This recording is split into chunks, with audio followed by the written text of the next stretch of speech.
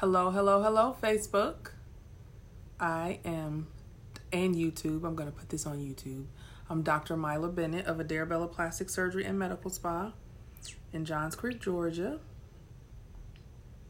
While people get logged on, I'm going to share this video to my other pages. So let's see, share.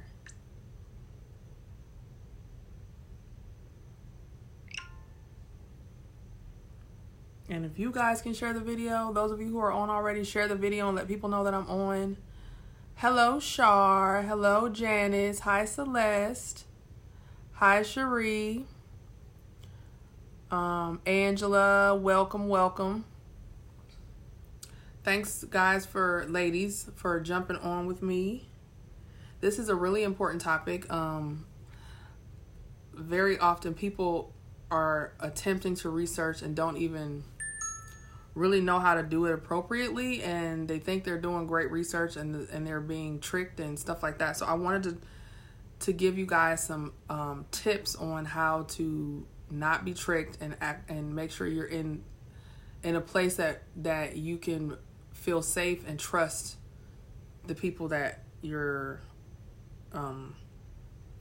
giving the important responsibility of your health and your life. So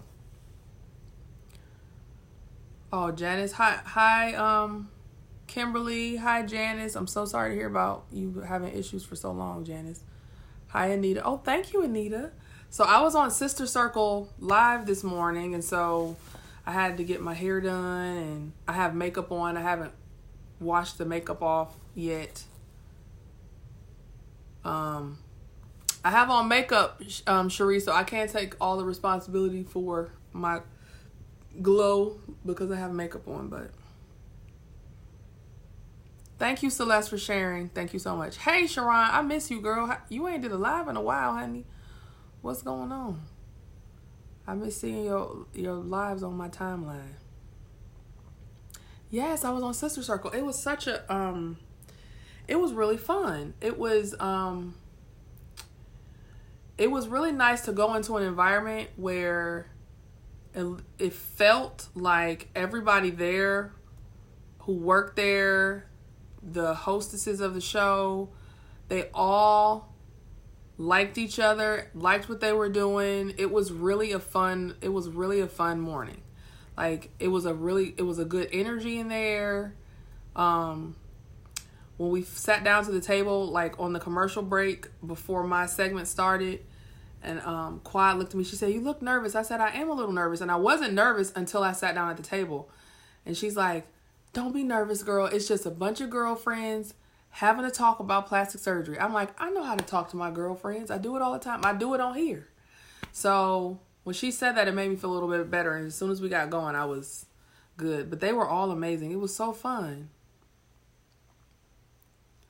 Oh, okay, Sharon. Well, I'll be praying for you, girl, and I can't wait till you fill us in. Hi, Carolyn. Hi, Paget. Hi, Sarah. Hi, Kiera. Taylor. Hi, Danette. Okay, so hold on. So I'm gonna I've been talking, so I didn't share it.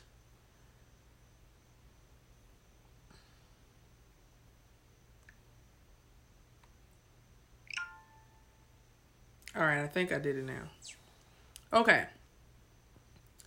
So tonight's topic is tips on oh yeah, Sassy Jones is the bomb, Lonnie. Yes, she is. I'm so, she's amazing.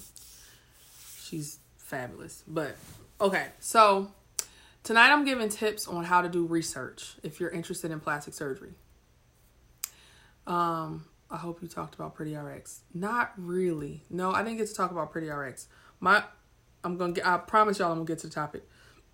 My goal in going on that show was to spread awareness because you guys know this. I am extremely passionate about safe surgery.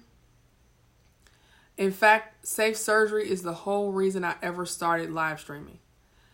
On the lives of my children, this is how, because people always think I have an agenda. on the lives of my children, who I love more than I love myself. The reason that I ever started doing live streaming was to literally save people. When I first moved to Atlanta, when my office wasn't open yet and I was trying to just like get my footing, trying to get the space built out, trying to keep my family afloat, I found a position, a contract position, so I wasn't an employee. So I would be able to continue to practice in Atlanta after I finished working with them. Like, that was a big thing.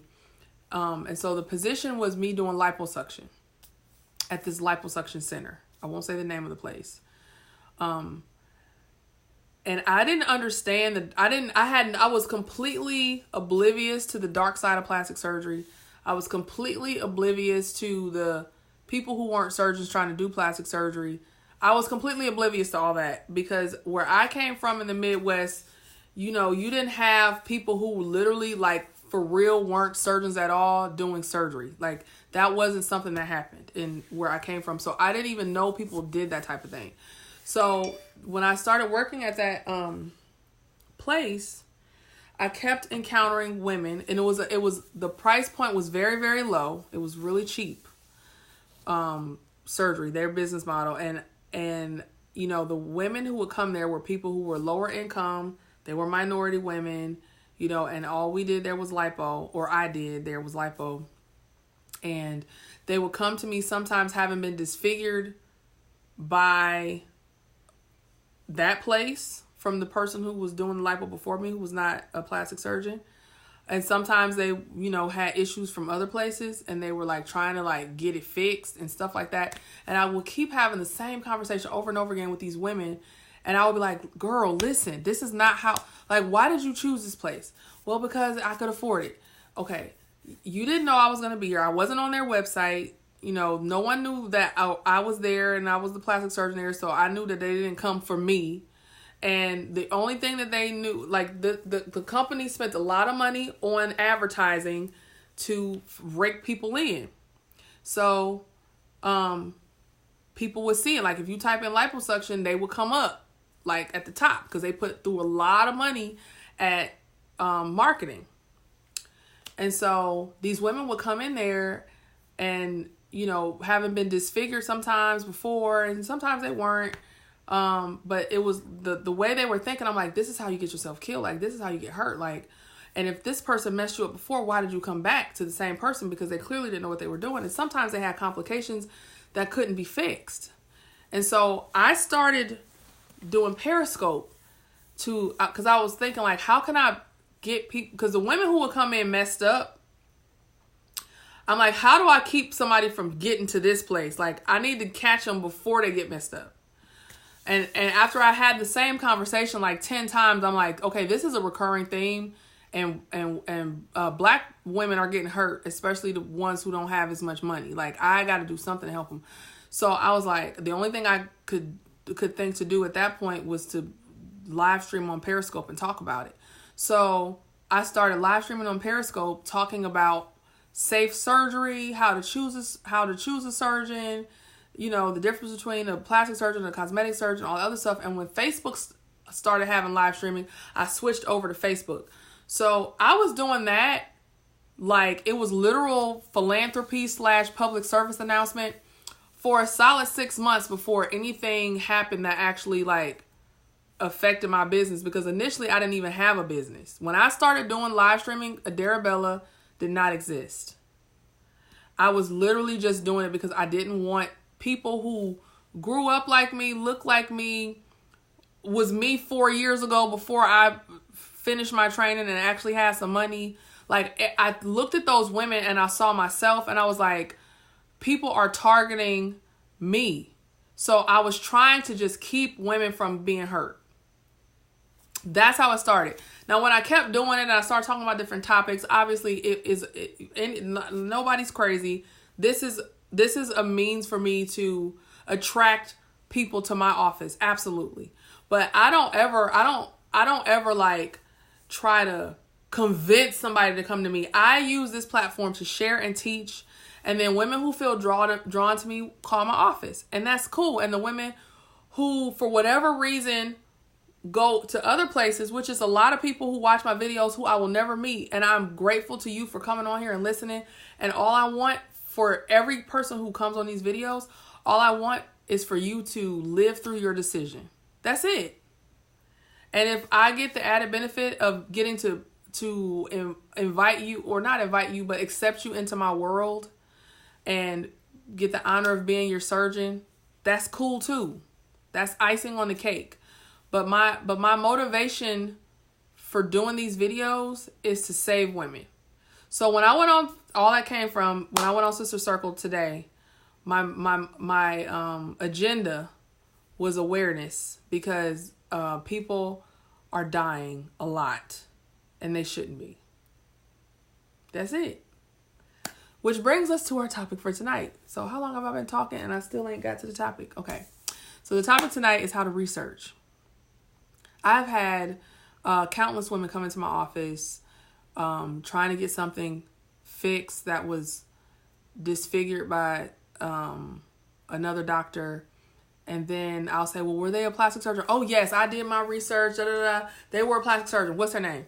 They tell me their name. I pull my phone out of my white coat. Well, actually, probably my scrubs top, because I normally don't wear a white coat when I'm in the office. I'll pull my phone out and I type their name in, and literally while they're still talking, trying to give me their history, I'm typing this stuff in. I'm like, they're not a plastic surgeon. That's a family practice doctor. Huh? This is why you sitting here trying to get me to fix it. It takes me no time to figure out that they're not that. Where this person, probably spent months coming to the decision to choose this person, looked at countless things. God only knows what the things were that they looked at. And when they finished everything, they thought they had a board certified plastic surgeon. And what they had was a board certified family practitioner, board certified emergency medicine doctor, board certified OBGYN, board certified something, internal medicine, something. That's what they got. And they fell into the traps, the tricks, that these people laid out for them to think that they were in a place that was appropriate and safe for them to get the procedure that they desired. The thing is, people naturally put doctors on a pedestal because, the training, everything else aside, to become a doctor, there is a astronomical amount of training, sacrifice, expense, all kind of things to get to that point of saying I am a physician. And then you just assume that this is a person that is like of ethics and all that other stuff. But unfortunately, it's 2019, and crooks and shady people and unethical people come in all shapes, sizes, races, occupations, religions, everything. There's shady people of all types, and doctors are not exempt from that, unfortunately. And so a lot of times people, will put trust and faith in integrity and ethics of doctors, and every doctor doesn't have that. So, you get these doctors who, for all kind of reasons, which is a whole nother video, decide that they want to start doing cosmetic procedures to make more money. And, in order to get patients in, usually a lot of times a lot of the best plastic surgeons don't market.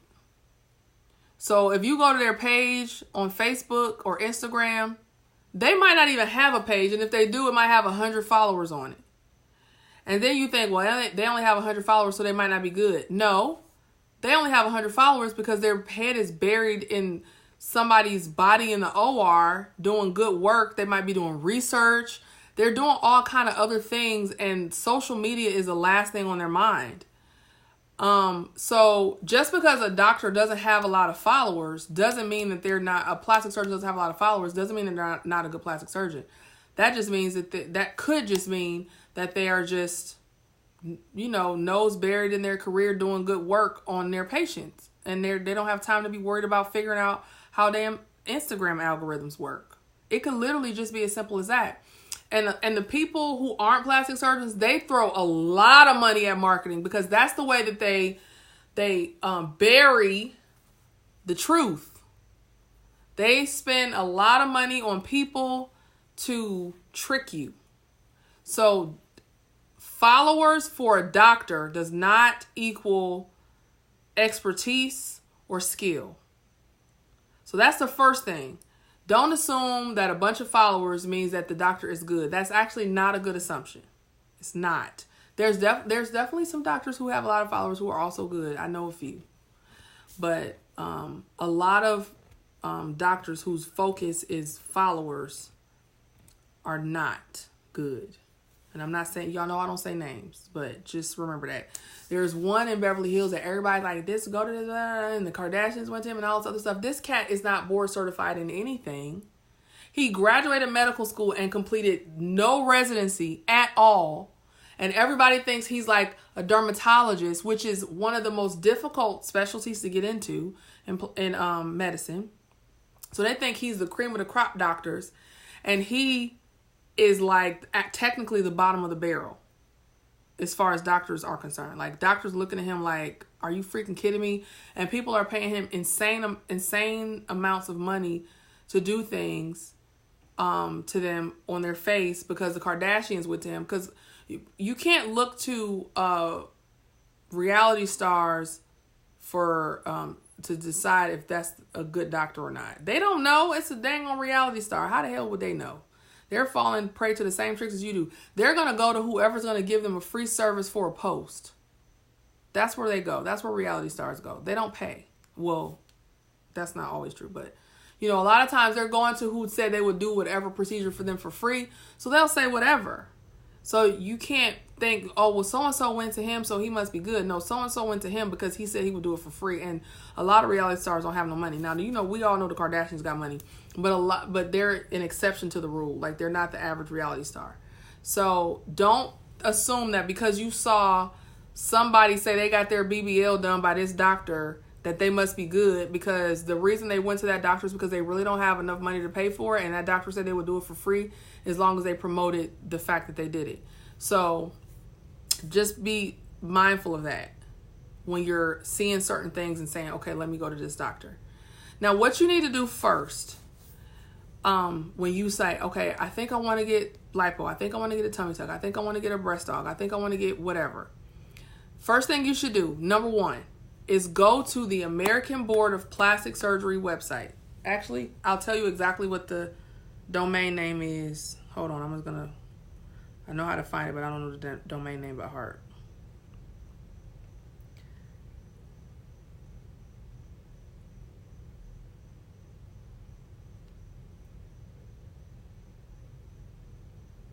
Okay, so the website is www.abplasticsurgery. So AB is abplasticsurgery.org.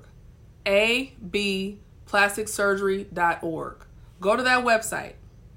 And then there is a place where you can click where it says, you know, is your surgeon certified or something like that. Hold on, let me see. I'm just gonna click it and tell you exactly what it says. Where did you go? So when you go to the site, my internet is acting slow. Let's see. It says, is your surgeon ABPS board certified? Meaning, is your plastic surgeon American Board of Plastic Surgery board certified? And then you click, and then it says click here. So you click there. This is what it says on that page. Look. See? So you click there. And then you type the doctor's name in. Thank you, Crystal and Sharif, for putting that up. You type the doctor's name in. And if your doctor's name doesn't come up there, then pick another doctor. Type the next doctor on your list name in. If they're not even on that list, that's the end of that person. You don't start on Real Self. You don't start on Instagram. You don't start on Facebook. You start on the American Board of Plastic Surgery's website once you pick a doctor that you are interested in. Or if you happen to see a doctor on Instagram or Facebook or wherever, and people are like, oh, this doctor was great, you take that name and then you go to Google and type in this domain name and you put your doctor's name in there, and if their name is not in there, you back out. That doctor is off the list. Over. Done. Okay? Now, notice that I said the site is American Board of Plastic Surgery.org, not cosmetic surgery.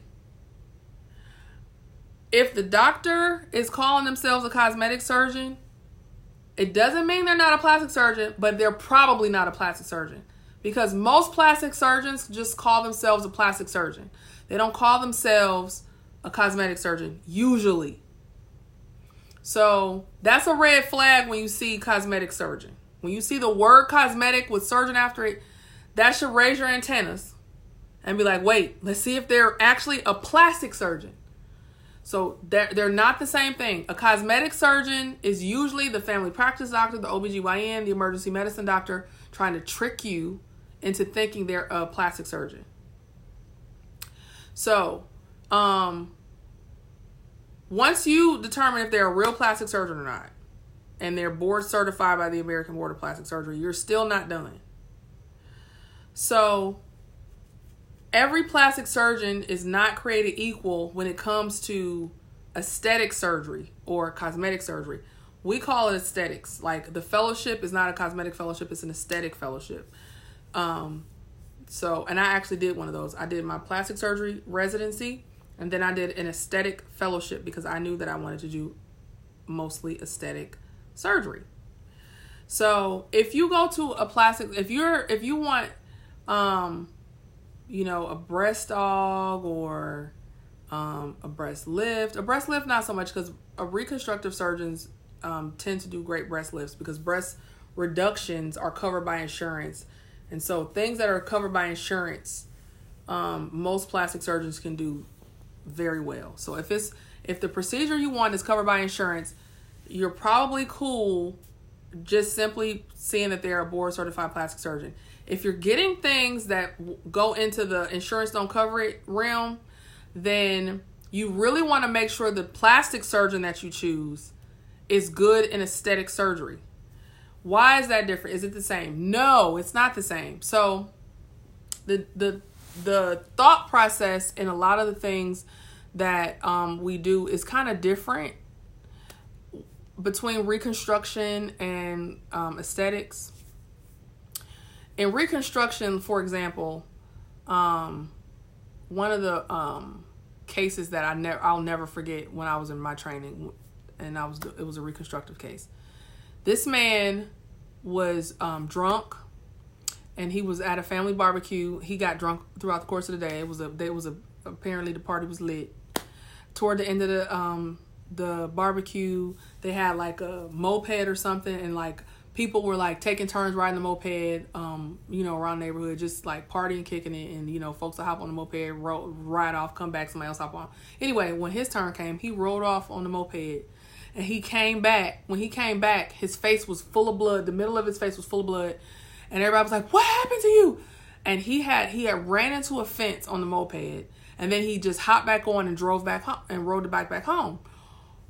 Well, when he ran into the fence, he had glasses on. When he ran into the fence, his glasses cut his nose off. And he showed back up home with his nose off. No nose, no glasses. They were back on the fence. And so the man had a big hole in the middle of his face, and we had to reconstruct it. They went back and got his nose and glasses off the fence, but by the time he came to the hospital, it was too late. And so we had to completely reconstruct him an entire new nose. So that nose does not look like a nose that God made. It's better than having a complete hole in his face where you can see his sinuses and all the infrastructure inside of his head. Is creepy. He had to wear a mask not to scare people. So when you go and you reconstruct a nose on a person who has a big hole in the middle of their face, you don't have to have the same finesse that you have to have if I go and get a nose job. If I go and get a nose job, it better look like a nose that hasn't been touched before, because I'm normal and I'm trying to look better, right? But if you have a person who has a literal crater in the middle of their face and you go and reconstruct the nose and it doesn't come out looking like this, they're going to still be happy because now they don't have a hole in the middle of their face that they have to wear masks so that people don't cry or kids don't cry when they see them. You see? So you're starting from different places, and so the expectation on the other side is different. So you want to go to a person that is used to starting with a normal set of circumstances and making it better without the public being able to tell anything happened. That is a different skill set. So you want somebody who does that all the time and, has had special training in it. Now, in residency, we do get training in aesthetic surgery a little bit, but we don't actually get to do, you don't get to do as much hands-on in the aesthetic realm in residency. You get lots of hands-on in reconstruction. So a lot of plastic surgeons, when they first come out, they don't do a lot of aesthetic surgery because they can't get the patients. They're doing a lot of reconstruction. And so a lot of times plastic surgeons will transition to aesthetics when they get later in their career. But for the ones who decide to go and do a fellowship in aesthetic surgery, they can usually get, opportunities faster to be able to do the cosmetic stuff. So you want to make sure that the doctor you have, the surgeon you choose, the plastic surgeon you choose, the board certified plastic surgeon you choose, you need to make sure that they actually are very good at aesthetic procedures, because you're paying that straight out of your pocket, cash. You're normal and you want to be taken to a better place from normalcy, not to normalcy or close to normalcy from disfigurement. It's a total difference. So once you figure out they're a plastic surgeon, then you dig a little deeper and see one question you can ask, because you don't have to have an aesthetic fellowship to be good in aesthetic surgery. No, you don't. Just like you may have a license to do hair but not be good at hair, or you might not have a license to do hair and still be good at it. You don't have to be, but you definitely want to make sure that they do that on a regular basis. That's the most important thing, because what happens if you're doing aesthetic procedures on a regular basis, then your mind is thinking, along the lines of, I have a normal person and I need to make this modification without the other people being able to see it. So the incisions are going to be different. I remember when I was in my residency, and one of the surgeons, he was a very good surgeon. He was a world-renowned breast reconstructive surgeon. He was world-renowned in that. And I remember almost every case I did with him was recon. And one time we did a breast augmentation on a person who had no breast cancer, nothing. It was just a normal lady who was like, I want bigger breasts. And I will never forget that day. You know why? Because this phenomenal surgeon, which I was like, he's like world-renowned. He went and he made an incision for her breast augmentation that was her entire inframammary fold. Her incision was this long for a breast aug. A breast augmentation incision is like that. It's like 4 centimeters. Hers was like 10 or 12 centimeters long. Because in recon you can do that and nobody's gonna say nothing, because your whole breast got cut off. You don't have one. So an incision is the last thing you care about. You just want to be able to look normal in your bra and in your clothes. You're not even thinking about. And I was like, oh my God, that was like almost, to me, it was like malpractice for an aesthetic procedure. What the hell are you doing? You don't make no incision that long for no damn breast aug. That's what I was thinking. I couldn't say that. He was my superior. But that was a perfect example of, he's a world-renowned, phenomenal reconstructive surgeon, but his brain was not wired correctly at that point in time for aesthetic surgery. He had no business doing that to that woman. That was bad. And the lady, I don't know what she thought, because I never saw her in follow-up. In residency, you don't see a lot of follow-up. You just do surgery. But I just remember thinking like, oh my God, so you want to make sure your plastic surgeon does cosmetic surgery or aesthetic surgery on a regular basis. Okay, so then once you do that, then you start looking at pictures. Pictures are important after you know that the person you have is qualified. Why? Well, shouldn't pictures be first? Not really, because no one's going to post their bad stuff. They're going to post their good stuff. And even people who don't know what they're doing are going to do some stuff right by accident, right? So they're just going to post that stuff. You have no idea about the people they may have killed. You have no idea how many people they may have disfigured. And the other thing is, you want to make sure if they get into you and your anatomy didn't read the textbooks before, because every single person's anatomy is not like what we saw in the textbooks or even in the cadavers. You know, some people's stuff is not. Sometimes I'll be doing a breast aug and I'm like, where's the pec? Like, I'm at where? How come it's not where it normally is? And I have to know what the heck I'm looking at so I don't cut through the wrong thing. You know, so you want somebody who has done enough to know when it's a variation from normal what to do next. Or if you end up in a situation that could be deadly if you don't handle it right in the right amount of time, you need to recognize that that's the situation you're in and fix it and know what to do to fix it. So you need to first make sure they're safe and appropriate, and then you go look at before and after pictures. Because now you know that there's probably not a trail of badness that's hidden, because nobody's going to show you their bad stuff. Okay? Remember that. None of us. I'm not posting my complications. I'm not posting that. Nobody's going to do that. I'm not going to be like, hey, this lady ain't happy. No one's going to do that. That's like, nobody's going to do that. So you have to be thinking about that. So just don't start with before and after pictures. That's last. That's last. If you go to the person's website, well, this doesn't even matter, but because you're going to go to American Board of Plastic Surgery website first. But one of the things a lot of the doctors who are trying to trick you do, when you go to their website, you can't find anywhere where they trained, what their residency was in, or none of that stuff.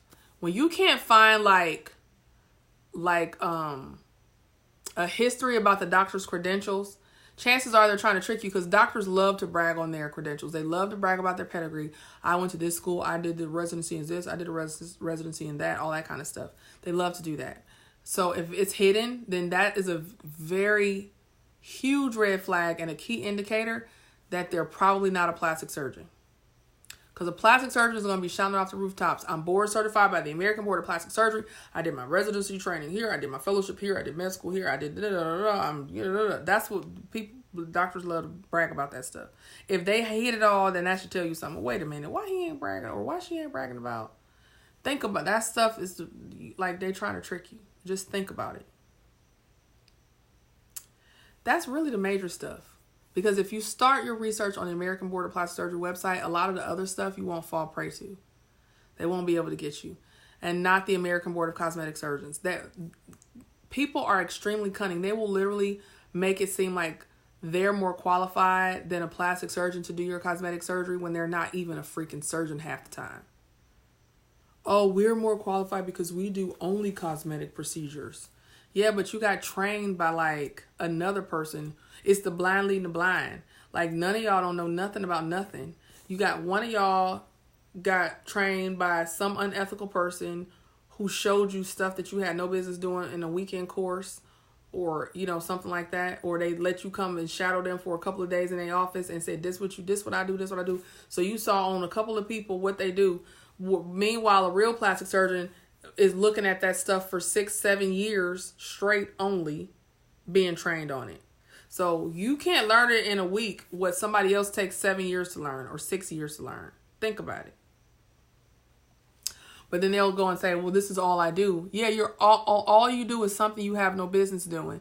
And if you get into a situation, you can't do anything. You don't know what to do. You can't admit the person to the hospital to fix it.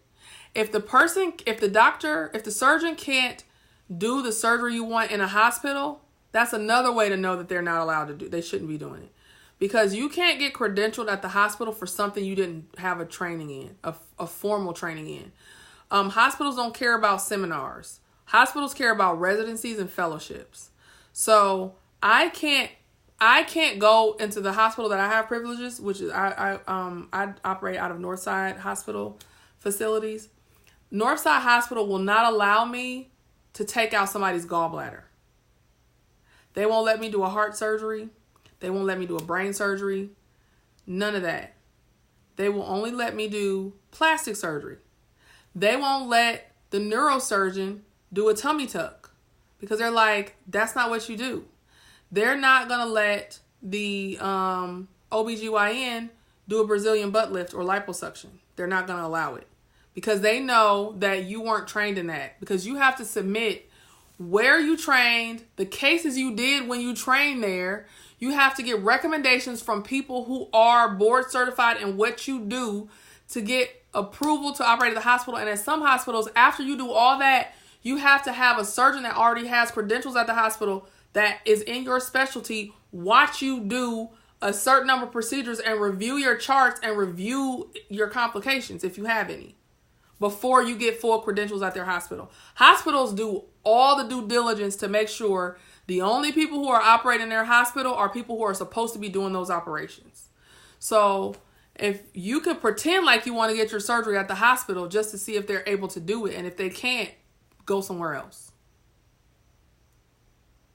So with all of this stuff, and then there are still some board certified plastic surgeons who only do cosmetic surgery, who maybe even did a fellowship in aesthetic surgery, who have wonderful before and after pictures, and they can take you to the hospital to do an operation, and they still might kill you. You know why? Because even some of the surgeons who did all of that stuff, they lost their way at some point and turned into a plastic surgery factory, and all they care about is getting money, and they're doing 7, 8, 9 surgeries a day that are supposed to be 3-4 hours long a piece, and all that because they're just trying to make a bunch of money. And if so, basically, if you find that a surgeon has a trail of deaths from cosmetic procedures, has a bunch of patients complaining about their complications or whatever, if you find any of that stuff, then that's another reason to pick a different person. And if you pay attention to all that stuff, you should end up in some pretty good hands. Because at the end of the day, even though that sounds like a lot and it sounds like, oh my God, you can't trust nobody, there's a lot of wonderful, ethical, capable, artistic plastic surgeons who don't have a lot of followers, who will do a wonderful job on you. And at the end of the day, all they care about is your satisfaction. There's lots of them. They just might not be on Instagram. Alicia Williams said, how do you find out if a doctor has any deaths? That is a great question. And there's actually not a good way to find that out.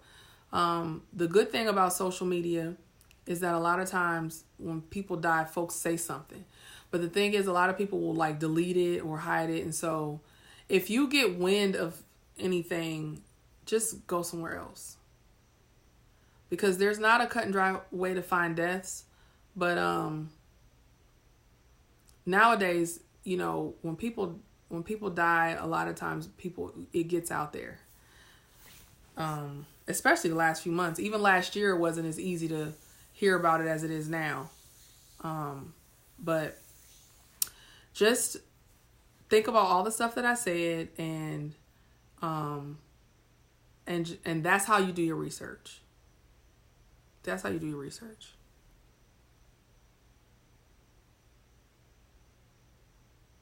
So how do I pick you? You can pick me by going to www.ederabella.com and submit an inquiry to my website, and somebody from my office will call you. Serena, what are some questions to ask the surgeon in regards to technique before a BBL procedure? You want to ask them if they inject in the muscle or in the subcutaneous plane, because injection in the muscle is what has the most risk of giving you a fat embolism, which can kill you. But you also have to trust that the doctor is ethical and actually is not going to transfer fat to muscle. And you have to be realistic about what you want, because if the reason fat was being injected into the muscle is because that allows more of the fat to live. And a lot of women want these extreme outcomes. They're like, I want to be big. Put all the fat in there. Put everything you got. Put it in there. Well, if you put a whole bunch of fat in the sub-Q, it's not going to live. Like, a lot of it's going to die. And when you put it in the muscle, more of it lives. So that was kind of why people started putting it in the muscle a lot, to get more graft take, get more fat take. But it was causing more deaths. But then when you put it in the sub-Q, you can't make the butt quite as big. Or if you do, all of it's going to die and go away anywhere, give you hard spots. So, you have to be not trying to pressure somebody to do something. Like, you have to be responsible too, just like the doctor does. Like, it goes both ways. You have to, don't be going in there trying to get 1,200 cc's put into each cheek and then thinking somebody not going to put it in your muscle. It's not all, that's like absurd. If you're getting 1,200 cc's, something would probably end up in the muscle. So then now your risk is up. So don't go in there asking for, extreme stuff. And then that decreases your likelihood of somebody feeling pressured to do it. And no, they shouldn't do it when they know it's wrong, but doctors are humans and are not exempt from the same pressures that everybody else are like experience. That's, you have to be proactive for your own life. Yes, the safest way to place the fat for BBL is above the muscle. I've been researching for 3 years. I had interest in 3 different doctors and have changed my mind on all 3.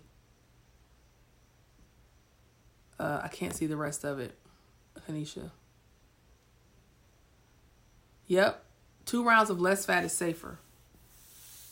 And actually, because all that fat's not going to live anyway. So, it's just like people, when they're getting 1,200 cc's and 1,000 cc's per cheek, all that crap's not living. No, fat transfer does not cause cellulite. No, that it won't. Putting more fat above the muscle is not going to cause cellulite. Nope.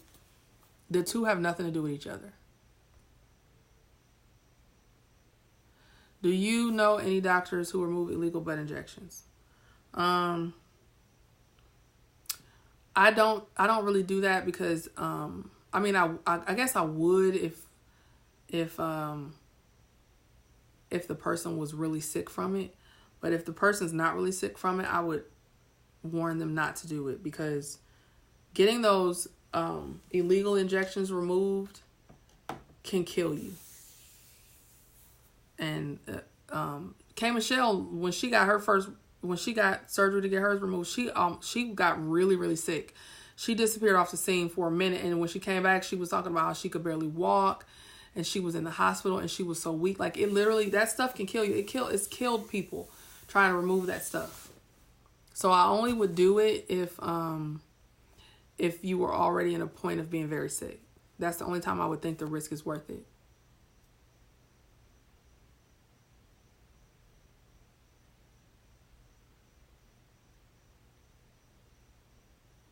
Hey, Javette.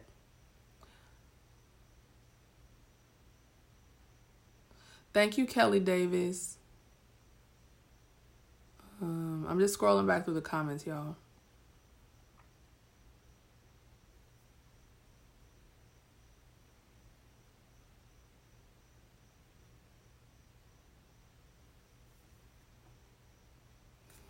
Some of the comments are long and I can't see the end of them. How do you find out how many somebody answered that? Do you think people lie on their websites and say they're a plastic surgeon?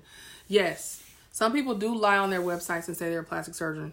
They will actually use the word plastic and be just straight lying. That's why you got to go and check the website. The American Board of Plastic Surgeons website. You have to check that website.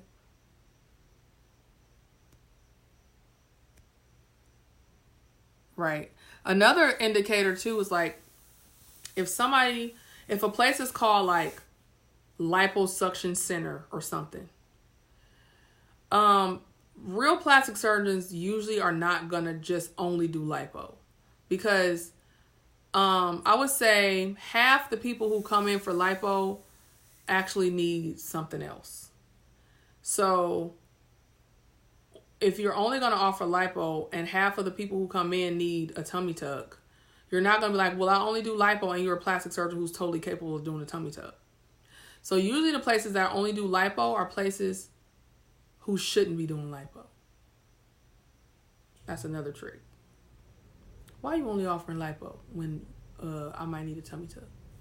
You want me to leave and go somewhere else when you're capable of doing a tummy tuck? That makes no sense. Only a person who can't do a tummy tuck is going to only offer you lipo. How can you tell if a person has a skill set of cosmetic surgery? One of the things is you can ask if they did an aesthetic fellowship.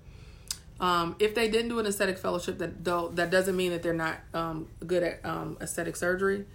Like I said, you can ask them what percentage of their practice is aesthetic versus reconstruction. So, if they're doing, 50-50 or something like, if they're saying something like 75% recon, 25% aesthetic, you might, be a little leery. You look at their before and after pictures, see how many or the percentage of their aesthetic procedures, what percentage of those are the procedure that you want. And they're like, it's like half. Okay, then they're probably cool, But, you just got to kind of dig deeper and see.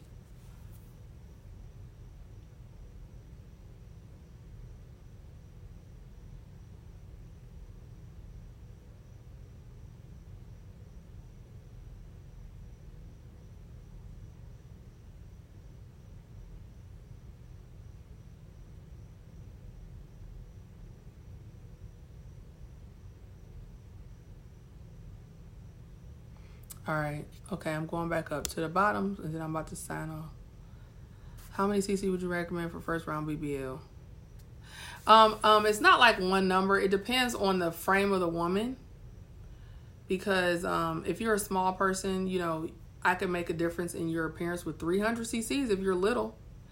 If, medium, most people, when I do them, I put about 500 or 600 on each side. For a person whose BMI is about 30 or so.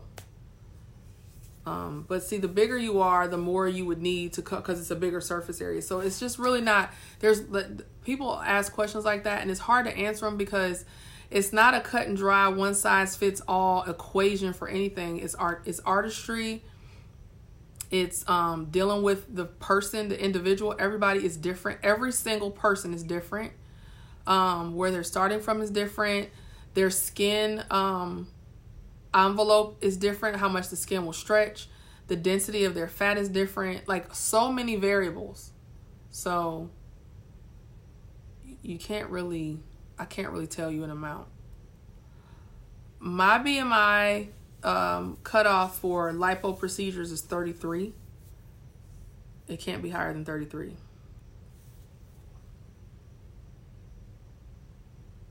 Thank you, Jackie. All right, y'all. I think I'm going to go ahead on and sign off. All right. So, if you got on this video late, share the video. Let people know that I'm on. Spread the word about how to research so that less people get hurt, less people die, and all that good stuff. And be careful and be smart. And when you're researching, if you forget what I said, come back to this video, take notes, write it down so you can go back and reference that for what to do when you're researching your plastic surgeon. I am Dr. Myla Bennett of Adarabella Plastic Surgery and Medical Spa. You're welcome, everybody, in Johns Creek, Georgia.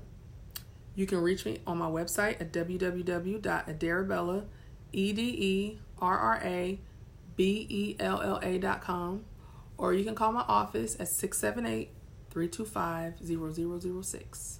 And you're welcome, ladies. I will see y'all soon. Okay, bye.